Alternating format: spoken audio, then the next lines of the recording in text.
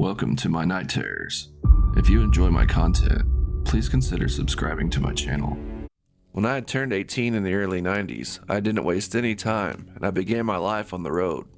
Ever since I was a little child, I'd always been fascinated with the outdoors and other cultures. I wanted to travel the world, but I would start with the American West. When I did, I went all in and really put myself out there. I was living in Northern California where I was raised. My plan was to hitchhike my way across Nevada, ultimately stopping in Colorado and attending a rainbow gathering they were having there the following month. If you don't know what that is, a rainbow gathering is a group of like-minded people who come together in the forest every year in different locations around the US and the world. They like to celebrate peace and their unique lifestyles. I had saved up enough money doing odd jobs throughout the spring, and I had the whole summer to travel along my pre-planned route and just soak it all in. I could then attend college in the fall, though at the time I didn't really have any idea what I wanted to study or major in. But all of that I would worry about later. Now I was ready to embrace this adventure and truly live my life. Since my plan was to hoof it a lot of the way, I got my friend Pete to drive me to the highway, but he insisted on taking me further since he had nothing better to do. He drove me all the way to the Nevada border actually. I thanked him for going out of his way to do that and started my journey. Part of me was happy just to be out of California. It was later in the day, almost evening. I had brought my backpack with your basic supplies. I had a tent, blanket, and a pad. I also had a lot of rice and some water, and also a lot of trail mix and jerky. I didn't want to be bogged down with a lot of stuff. I had money, but I was going to be depending on the generosity of strangers to make it across the country. I began walking down the highway. I was trying to avoid any interstates, which I had heard weren't a good place to hitchhike. They were notorious for police, who were always around watching out for that kind of thing. I first got a ride with a younger couple. They were quite nice and affable. They didn't take me very far, however, just to a couple towns over where they were headed. I thanked them as they dropped me off in the middle of town. It was now dark outside, so I decided to grab a bite to eat at a small cafe while I had the chance. I knew that soon I would probably be relying solely on my food and my pack. I didn't have long to eat before the cafe closed, so when I was done I hiked to the outskirts of town. I set up my tent amongst a small group of trees behind an older building of some kind. It looked to be completely vacant, so I was confident if I left before dawn, nobody would notice. When I awoke, it was well past daybreak. The sun was beating down on the tent hard and I was sweating. I hurried and packed up my belongings and made my way to the highway through town. This was truly in the middle of nowhere. I was surrounded by a vast desert landscape with mountains way off in the background. It was exhilarating for me. I felt invigorated by the freedom I was feeling for the first time in my life. The day couldn't have been any more perfect this far. I only thought it could get better. Little did I know at the time it was about to take a turn for the worst. Not long after I had left the town and was walking east did I begin to feel the effects of the sun bearing down on me. I was sweating profusely and didn't have nearly enough water to compensate for it. I had been walking for several miles and hadn't seen but maybe a handful of cars go by. My expectations for getting rides out here were diminishing fast. After about 40 minutes later, I could see a semi-truck coming my way. I stuck out my thumb, hoping to God that this person would stop and save me from this inferno I was living in. Of course they didn't, just flew by, seeming to accelerate even faster when they saw me holding out my thumb. Now I was becoming increasingly worried. My water supply was about dried up. My lips were starting to crack. I was praying I would come across some kind of water source, a lake or perhaps even a river. I would have settled for a small puddle even. When I was about to give up and hunker down under some shade and sleep, I saw a truck way off in the distance heading my way. This was my chance. I had to flag this guy down and hope to God he would stop for me. As he approached, I waved my hands out towards him like a lunatic. I felt like an insane person doing so, but I was desperate. To my shock and amazement, he pulled over about 100 feet in front of me. I couldn't believe it. I ran as fast as I could to his passenger side window and thanked him over and over again. I started to explain my situation before he told me to stop it and get in. I was letting out all of the cold air. I didn't argue with him and threw my pack in the bed of his truck and quickly got in a cab with him, shutting the door behind me. He was a somewhat elderly gentleman. I would have guessed around mid-60s to early 70s. The cool air hitting me in the face was rejuvenating as I laid back in the seat, thanking him again. He reached back behind his seat, pulling out a towel and throwing it at me. "Here, dry yourself off. You're sweating all over my seat." "Oh, I'm sorry," I told him as I dabbed the towel all over me. "I've been out here for hours hoping someone would pick me up. It's so hot out there." "Of course it's hot out there," the man yelled. "It's Nevada in the month of May." I laughed and said, "Yeah." I was so appreciative for this ride, I tried to ignore the fact that this man was coming off as being extremely unfriendly. Some time went by before either one of us spoke. Then I really couldn't take the tension anymore. so I asked him what his name was. He didn't say a word. He just kept staring forward as if I never spoke. I really didn't know what to make of this. I just sat there, my hands on my knees, trying not to look too nervous. Finally, after about 10 minutes, he took a deep breath and asked me what the hell I was doing out there. I didn't really believe this man would be interested in hearing my story about the Rainbow Gathering, so I just told him I was down on my luck and trying to get to my friend's house in Colorado. He once again didn't say anything for some time until he flat out told me he didn't believe it. He told me I was probably up to no good like the rest of my kind. That's when I spoke up out of anger and told him he doesn't know me, and he shouldn't judge me like that. I was very appreciative of the ride, but you shouldn't treat people like this. He then looked over at me and smiled. I then heard him whisper to himself something to the effect of, "Fuck you think you're talking to, motherfucker?" I became increasingly uneasy after that. I noticed we were a few miles from the next town, so I told him I had to relieve myself and asked if he could stop there. "There's nothing there," he said. "That's okay, I really have to go." He pulled over next to a ditch. "Nobody's out here. Just go there," he demanded, and hurry. I got out and quickly grabbed my backpack from the back of his truck and yelled at him, "Thanks for the ride, so long." He slammed on the gas hard, throwing up rocks and dirt in my direction. I used the backpack to shield my face and body. I felt so relieved to be out of his truck I didn't really care I was once again out in this heat in a strange town. And strange it was. There was nobody there. It was in fact a ghost town.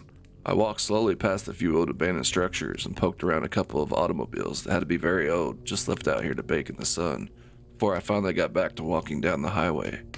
I eventually came to a stream and boiled up some water and had a small meal with some rice. I camped there for the night and got an early start in the morning.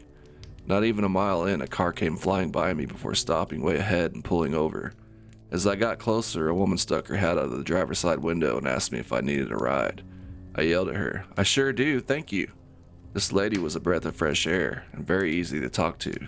She drove me all the way to Salt Lake City before we parted ways. The weather was a lot more bearable in this region, so I had no trouble at all making it to Colorado eventually. The Rainbow Gathering was still a few weeks out, so I decided to camp until then. That's when I met Michael. I was walking to the small town I had camped near for supplies when he pulled over and asked me if I needed a ride. He was driving a shabby looking van and he had long dreadlocks. He totally fit the part of your typical hippie. We had a really great conversation and had a lot in common. He too was going to the Rainbow Gathering and was living out of his van in the meantime. I told him all about my crazy experience getting here, and he told me basically his whole life story. I felt I had found a potential lifelong friendship with Michael. Before he was about to drop me off back at my camp, he asked me if I would be interested in attending a smaller group function preceding the Rainbow Gathering. It was kind of the same thing on a much smaller scale, just a group of like-minded people hanging out until the big event. I was ecstatic. Of course, I blurted out, "That sounds awesome." He said it would be quite a long hike to get to it. It was actually on private property, but that the acreage was huge, and that the owners never came out that far.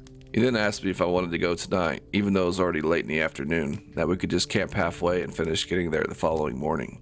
I normally wouldn't let my guard down so easily with anyone that I had just met, but I was getting really good vibes from him, so I agreed and began to pack up my things. We drove for about an hour down the highway before turning off onto another road, and took it until we eventually came to an overgrown-looking gravel road. He drove up it about a mile before pulling over and parking it just off to the side. "We can walk from here," he then declared. "Okay," I said. Then I found it a little strange that only our vehicle was out here. When I brought up this fact, he told me that there were multiple ways to reach the gathering and that most of the people park in the nearby town and hike out to it from there. I didn't question him any further on the subject, and we headed off down an overgrown trail. As we walked down this path, we had a really terrific conversation about the Rainbow Gatherings and what I could expect. He assured me there were going to be a lot of single women there. We were walking along the path a few miles in when Michael went totally silent and kept making these weird mannerisms. He would look up at the sky through the trees every so often and wave his arms around. I found it to be odd, so after he did it a few times, I spoke up and asked him what he was doing. He seemed puzzled by the question, as he was looking down at both sides of the trail. "Oh, I'm just clearing cobwebs is all." I laughed and said, "Oh, okay," in a skeptical manner. He didn't find it funny though, so I didn't press him any further. He kept doing it for some time before he stopped on the trail and told me to wait here. I asked him why, and once again, seeming unsure, he told me he had to go relieve himself. A few red flags were going off in my head, but then I remembered how nature can have strange effects on people. I thought of all the pot-smoking hippies I had hung out with from school in the past. This calmed me down for the moment. He came back a few minutes later and everything seemed normal again, and we kept going. He still wasn't talking much until he stopped once again and said we should camp in this spot for the night. I didn't disagree with him. It seemed a good a spot as any, and I was definitely getting tired from the long day. He assured me the gathering wasn't too much further, and we should get there in no time the next morning. I unpacked my tent and got things squared away ready for the night. I was looking forward to chatting with my new friend while we had some dinner, but Michael said he wasn't hungry. That's okay, I told him. I can get a fire going. Michael went into his tent while I gathered some firewood. I cooked up some rice with some beef I had bought at the store. After I'd eaten, I still had a little left over. I yelled at Michael, who was still in his tent, that he was welcome to it if he had changed his mind, but he didn't say a word. He had been in his tent dead silent for over 2 hours when I walked over and shook it. "You alive in there?" All of a sudden he started screaming at me to get away, over and over again, like my presence near him was physically hurting him. I jumped backwards and asked him what was the matter, but then again there was nothing but silence. At that moment I started to think I had made a huge mistake trusting this guy so much. His behavior had me freaking out. I wondered if maybe he had taken some bad drugs or something when he unzipped his tent and came out of it completely naked. He stood there staring directly at me. I don't believe he even blinked. He told me everything is okay in an almost entirely different voice. "I'm just going through something. It happens now and then. I'll be okay." With that, he crawled back inside his tent and zipped it up. I was flabbergasted. What in the world just happened? Why was he naked? I didn't know what to think or say. By then it was almost dark out. As much as I wanted to leave, I had no idea where I was. Navigating that trail in the darkness seemed like not such a good idea. I sat there for a minute and decided I wanted to say another word to this guy. I didn't know what was happening to him. I really didn't want to risk triggering him again. I would just sit by the fire for a while and then go inside of my tent. I would leave at first light. I'm not sure I would be sleeping much, not after that. I probably sat by the fire until around 11 o'clock. He hadn't come out of his tent or said anything, so I felt a little safer. I got into my tent and laid there for what felt like hours, just going over everything in my head. I'm not sure what time it was I fell asleep, but it was around 6 a.m. when I started to hear the voices outside. My eyes shot open as I could clearly hear Michael talking to someone. He was pleading with this person who wasn't saying a whole lot.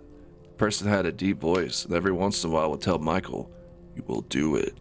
Over and over again the phrase, "You will do it." Then I could hear Michael crying and making these terrible breathing noises. Then I heard Michael say very softly, "But I like him. This one is different, please." All was silent for a second before the other voice boomed throughout the forest. "You will do it now." By then I was operating on sheer adrenaline. I grabbed my flashlight and opened my tent and shined it directly on Michael, who was standing there beside his tent, still naked. There was nobody else around that I could see. "Who the hell are you talking to?" I said. "What is going on? What are you going to do?" Then I watched as Michael's mouth opened and the deep voice came out. "Do it now." I literally watched as Michael's facial expression changed after he said that, and a look of extreme panic overtook him. He fell to his knees and scrambled into his tent. I took a few steps back, not knowing what to do, until he came out holding a very large hunting knife. The amount of fear I felt at that moment made it feel like I was running in place for a few seconds before I finally found myself running as fast as I could deep within the forest. I hurried and hid behind a tree, shutting off my light and listening for Michael. I couldn't hear anything. I waited for another minute and was about to run again when I heard him coming close. He was humming to himself, the same bizarre hum over and over again. I froze and kneeled down, trying to stay hidden. He sounded like he was all around me. I tried to keep as quiet as possible. Why doesn't he leave and look somewhere else, I thought to myself. That's when I heard him come sprinting right by me. I ducked down further, trying to stay out of his sight. The faint light of day was starting to come through the trees, but he didn't see me. This was my opportunity to get out of there. But then I remembered my stuff was back at camp. Most of it I didn't care about, but it was my wallet I needed. I couldn't let this psychopath get my information. It had all my family and friends' contact information and addresses in it.